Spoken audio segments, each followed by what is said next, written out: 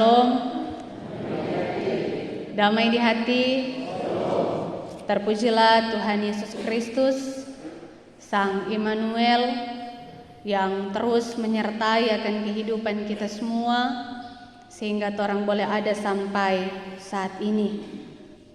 Orang terus diberikan sehat dan kuat, diberikan nafas hidup, umur panjang oleh Tuhan, sehingga sebagai jemaat Tuhan, jemaat Gemim Saitun Kiawa, orang ada di rumahnya yang kudus dan mulia ini untuk beribadah, memuji, mengagungkan akan nama Tuhan, dan bersyukur sebagai jemaat Tuhan. Saat ini orang telah memasuki Minggu Advent yang kedua. Jadi memang ada 4 Minggu Advent yang akan kita maknai bersama sebelum orang akan merayakan Natal atau kelahiran Yesus Kristus. Kalau Minggu Advent yang pertama yang baru orang lalui itu merupakan masa penantian kedatangan Kristus kembali, yakni kedatangan Tuhan pada akhir zaman, sehingga disebut atau melambangkan akan harapan. Kedatangan Tuhan yang membawa harapan baru bagi umat manusia. Dan Minggu Advent yang kedua yang akan dimulai di hari ini melambangkan perdamaian, di mana dengan perdamaian yang ada, orang pun sebagai umat Tuhan diingatkan supaya orang tetap hidup dalam kedamaian, hidup setia, mempersiapkan jalan kedatangan Tuhan. Sehingga bacaan kita sesuai tema perikop, Raja Damai yang akan datang. Jadi orang hendak mempersiapkan jalan bagi kedatangan Sang Raja Damai.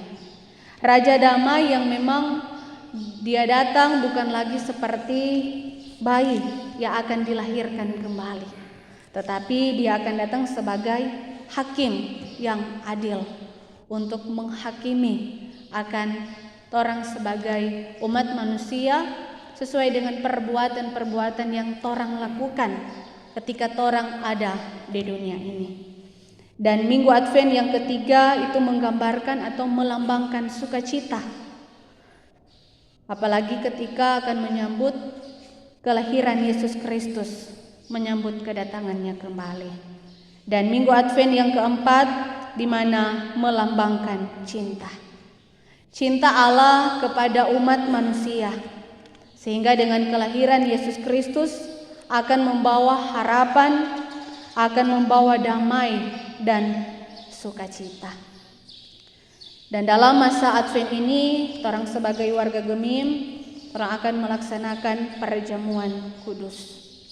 Sehingga sebentar sebagai anggota sidi jemaat, orang akan makan roti dan minum anggur sebagai tanda dan lambang bahwa tubuh dan darah Yesus Kristus terpecah-pecah dan tercurah untuk kita manusia.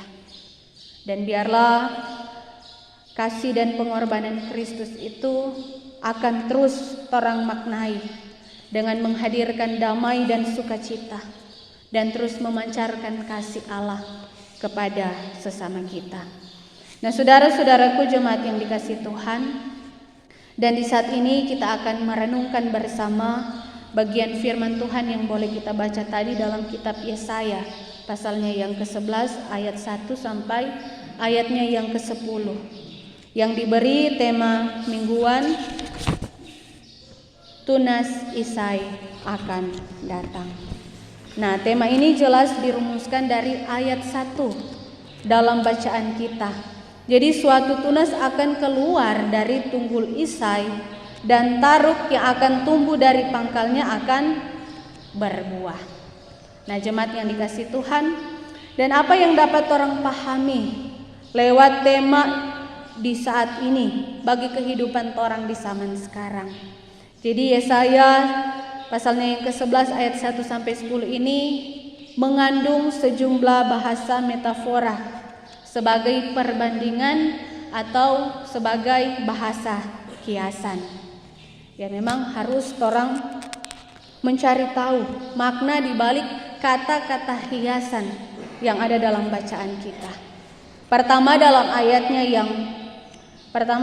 1, suatu tunas akan keluar dari tunggul Isai dan taruk yang akan tumbuh dari pangkalnya akan berbuah. Nah, tentu semua orang tahu bagaimana itu dia tunas. Orang melihat baik itu di bunga kang, di pohon, orang melihat tunas. Tunas adalah tumbuhan muda atau pucuk yang keluar dari tunggul atau batang atau ranting dari sebuah pohon. Dan tunggul adalah bagian pangkal batang yang masih tertanam di tanah setelah pohon tersebut ditebang, sehingga dia pun akan bertunas. Sedangkan taruk memiliki arti yang sama dengan tunas. Jadi ini dia taruk dan tunas itu sama. Jadi kata kiasan ini menggambarkan bahwa ada tunas yang keluar dari tunggul Isai, yaitu Daud. Jadi Isai ini adalah ayah dari Daud. Sehingga ketika Yesaya berbicara tentang Isai, itu sebenarnya juga menunjuk pada Raja Daud. Karena dari Isai dan Raja Daud maka akan hadir sang juru selamat di kota Daud, yaitu Yesus Kristus. Jadi Yesus Kristus ini adalah keturunan dari Daud. Karena menurut kitab Injil Matius, secara hukum, karena berasal dari garis keturunan Yusuf yang juga berasal dari keluarga Daud, maka Yesus Kristus termasuk keturunan Daud. Dan dari Injil Lukas menuliskan bahwa Yesus adalah keturunan Daud melalui Nathan. Nathan yang adalah anak dari Daud. Nah, saudara-saudaraku, selanjutnya dalam ayatnya yang ke-6 sampai 8, di sini mau menggambarkan bahwa di bawah pemerintahan sang raja dari keturunan Daud itu, maka masyarakat Yehuda mereka akan hidup aman, hidup damai, hidup tentram dan sejahtera. Karena orang tahu atau orang dengar-dengarkan cerita dari Alkitab, dari orang masih anak sekolah minggu sampai saat ini dia Raja Daud, dia terkenal sebagai raja yang hebat. Raja yang telah membawa Israel menjadi bangsa yang besar, bangsa yang kuat, bangsa yang tak terkalahkan, bahkan bangsa yang hidup dalam damai sejahtera. Dan dalam ayat 9, tidak ada yang akan berbuat jahat atau yang berlaku busuk di seluruh gunungku yang kudus, sebab seluruh bumi penuh dengan pengenalan akan Tuhan seperti air laut yang menutupi dasarnya. Yang artinya tidak akan ada lagi ketidakadilan dan penindasan dalam pemerintahan dan masyarakat yang dipimpin oleh sang raja. Karena baik penguasa maupun rakyat Yehuda dikatakan mereka telah hidup dalam pengenalan akan Tuhan secara sungguh-sungguh. Mereka hidup takut akan Tuhan. Dan benar, orang yang takut akan Tuhan pasti mereka akan melakukan apa yang dikehendaki oleh Tuhan, apa yang diinginkan oleh Tuhan Allah. Dan pada ayat yang terakhir bacaan kita, dalam ayatnya yang ke-10, maka pada waktu itu taruk dari pangkal Isai akan berdiri sebagai panji-panji bagi bangsa-bangsa. Dia akan dicari oleh suku-suku bangsa dan tempat kediamannya akan menjadi mulia. Yang artinya di bawah kepemimpinan sang raja tersebut, bangsa Israel itu bukan cuma hidup aman, damai, sejahtera, adil dan makmur secara internal, tetapi juga tidak akan ada musuh-musuh eksternal. Karena ketika taruk dari pangkal Isai berdiri sebagai panji-panji bagi bangsa-bangsa, itu artinya sang raja akan mengalahkan semua musuh Yehuda. Sehingga seperti di masa kejayaan Israel, kalau orang dengar cerita Alkitab, selagi di bawah kepemimpinan Raja Daud, maka demikianlah Yehuda akan berjaya. Yehuda akan mengalami kemenangan karena sang raja yang akan datang. Nah, jemaat yang dikasihi dan diberkati oleh Tuhan, jadi Yesaya menubuatkan kepada umat Yehuda bahwa seorang raja dari keturunan Daud akan datang dan memerintah Israel. Dia adalah seorang raja yang dipenuhi oleh roh Tuhan. Kalau orang baca dalam ayatnya yang kedua dan ketiga, dipenuhi oleh roh Tuhan sehingga akan menjadi pemimpin yang berintegritas, penguasa yang adil, pemimpin yang tidak mementingkan diri sendiri, pemimpin yang membela dan memperjuangkan orang-orang yang lemah, menolong orang-orang yang miskin, bukan pemimpin yang merendahkan orang lain atau pemimpin yang meremehkan orang lain. Oh, miskin kok ngana, oh lemah kok ngana, dan sebagainya. Jadi pemimpin yang akan hadir saat itu, raja yang akan datang, ada raja yang benar-benar dapat melihat akan sesama. Pemimpin atau raja yang akan datang dengan penuh keadilan bagi kehidupan umat Tuhan. Bahkan ia akan menghukum para penindas yang melakukan kejahatan, sehingga rakyat Israel akan hidup tenang, hidup damai dan sejahtera, bahkan hidup dalam pengenalan akan Tuhan. Serta bangsa Israel, kaum Yehuda, mereka akan hidup benar dalam kesetiaan kepada Tuhan, serta menang atas semua musuh dan menjadi bangsa yang kuat, jaya, dan mulia. Jadi itu merupakan konteks di zaman bangsa Israel ketika akan datang raja yang adil, raja yang jaya, raja damai, sebagaimana orang pembacaan di minggu yang baru lewat dalam Mazmur pasalnya yang ke-72, di mana Raja Salomo bersama dengan umat Tuhan, umat Israel, mereka berdoa dan berharap supaya akan hadirnya pemimpin, hadirnya raja yang adil. Begitu juga dalam kacamata iman Kristen, orang melihat bahwa nubuat yang disampaikan oleh Nabi Yesaya ini menunjuk pada kedatangan raja yang bukan hanya raja Israel, tetapi raja yang perkasa, raja di atas segala raja, raja alam semesta, yaitu Tuhan Yesus Kristus, sang raja yang akan terlahir di Bethlehem, dan sejak kelahirannya kerajaan Allah mulai hadir di muka bumi ini.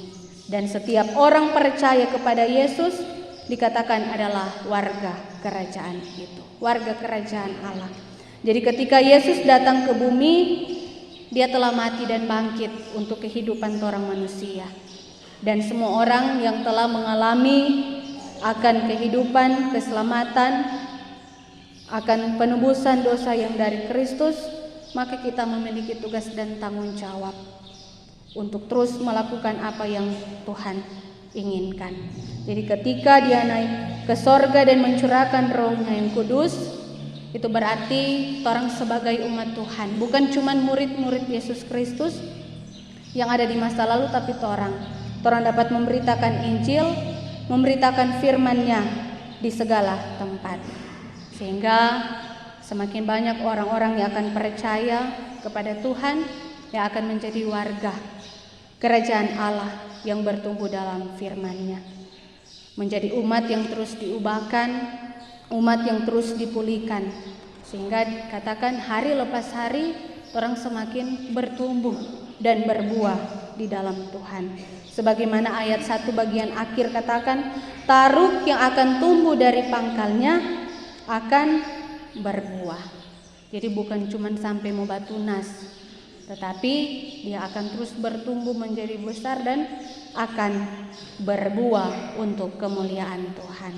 Nah, saudara-saudaraku jemaat yang dikasihi Tuhan, Maka dari itu, nubuat dari Yesaya pasalnya yang ke-11 ayat 1 sampai 10 ini pun mengandung panggilan bagi torang sebagai orang-orang yang percaya.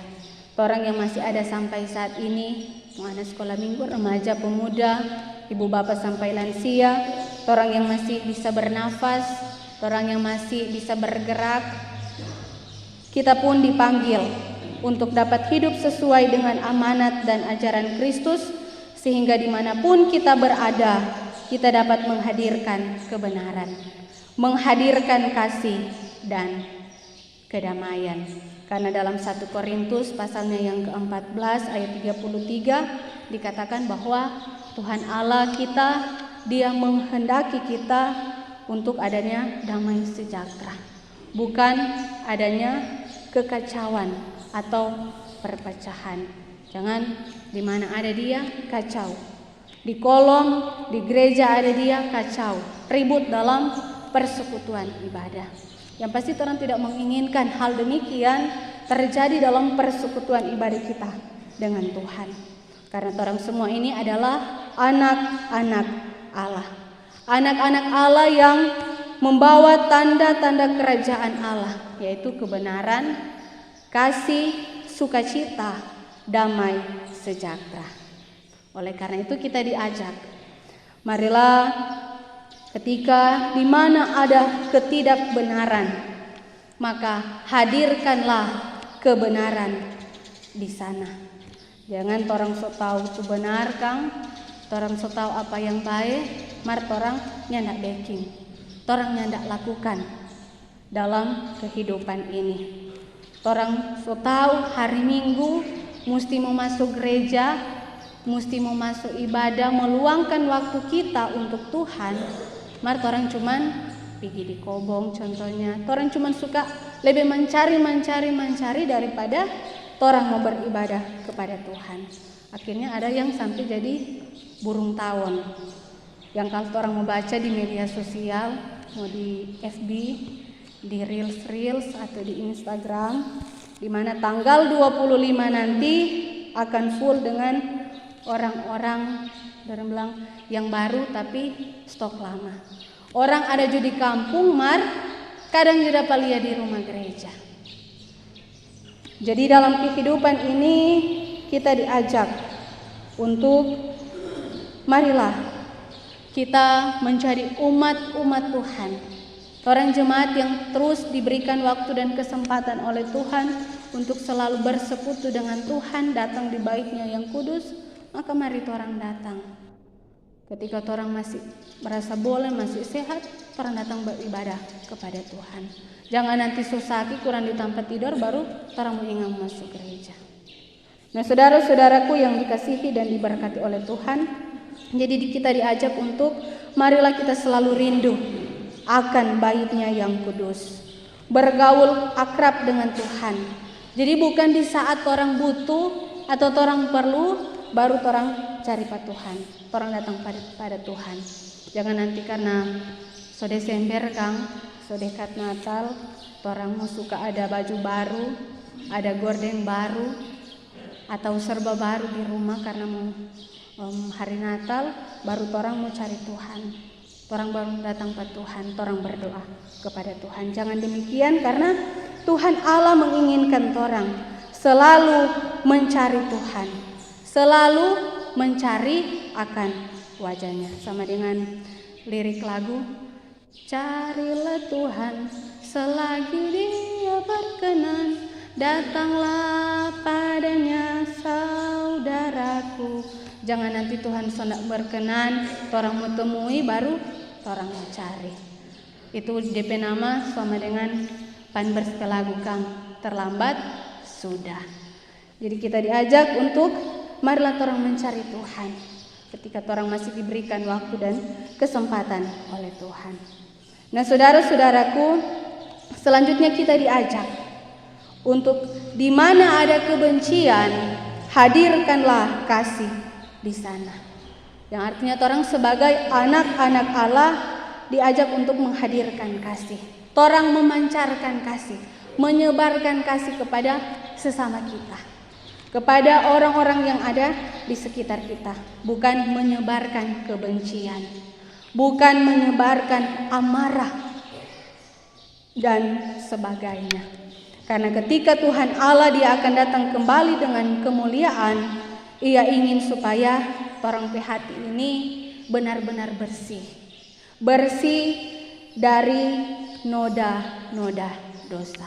Sedangkan orang tuh kalau orang mau pakai baju, orang lihat dan orang pakai baju subah noda, yang pasti orang nggak suka. Apalagi Tuhan Allah kita, Dia tidak ingin atau Dia marah dengan dosa, dengan kejahatan. Maka dari itu kita diajak untuk marilah kita terus menciptakan kedamaian dan kasih dalam kehidupan ini. Dan selanjutnya kita diajak, di mana ada penindasan dan ketidakadilan, maka hadirkanlah keadilan dan kelepasan di sana, sehingga kita dapat turut berpartisipasi dalam penggenapan nubuat sampai Tuhan Yesus datang kembali. Yang artinya orang terus menjadi orang-orang yang membawa kedamaian, keadilan, orang-orang yang selalu hadir, orang-orang yang selalu melihat atau memperhatikan sesama. Memperhatikan di sini bukan melihat tuh orang pelebe, Kang. Misalnya, oh sudah kayak tuh Birman sana, so beli kayak gorden baru, so beli kursi baru, so beli kulkas baru dan sebagainya. Atau oh sudah kayak di Birman so bubuk cookies pada orang rumah dan sebagainya. Jangan demikian, tetapi memperhatikan di sini kita diajak untuk marilah kita melihat sesama kita. Mereka yang membutuhkan pertolongan kita, mereka yang lemah, mari orang memberikan mereka kekuatan. Orang support pada orang. Jangan dorang yang lemah, orang bebe, bahkan orang bikin dorang semakin lemah. Bahkan kita pun diajak untuk marilah kita melihat, memperhatikan sesama kita yang berkekurangan. Artinya orang membantu mereka. Karena membantu sesama kita, memberi kepada sesama kita bukan nanti orang mau tunggu kaya, Kang. Mau tunggu dulu banyak doi baru orang mau bantu orang pe sesama, orang pe saudara-saudara. Tetapi ketika orang dikatakan ada, maka marilah orang membantu akan sesama kita. Percaya bahwa di balik apa yang orang berikan itu, apa yang orang lakukan, maka ada berkat Tuhan yang telah Tuhan sediakan bagi kita. Berkat yang memang Tuhan perintahkan supaya ada dan hadir di tengah-tengah kehidupan orang. Maka biarlah firman Tuhan di saat ini itu yang akan terus menjadi bekal dan pedoman dalam kehidupan kita. Memberi motivasi dalam kehidupan kita, apalagi dalam kita merayakan Advent dan Natal, di mana orang mampu mempersembahkan kehidupan kita ini, seantero kehidupan kita ini hanya kepada Tuhan, kepada Sang Raja di atas segala raja, supaya orang terus dipakai untuk menjadi alat kesaksiannya, mewujudkan akan tanda-tanda kerajaan Allah, sehingga semakin banyak orang-orang yang terus percaya kepada Tuhan. Jadi bukan cuma misalnya orang pribadi sendiri yang akan diselamatkan, tapi juga orang berharap supaya saudara-saudara kita, keluarga kita itu juga diselamatkan. Itu juga memperoleh berkat-berkat yang daripada Tuhan. Maka biarlah firman ini yang akan memotivasi kita supaya orang aplikasikan, orang wujud nyatakan dalam perjalanan kehidupan kita setiap hari. Tuhan Yesus memberkati kita dengan firman-Nya. Amin. Firman Tuhan.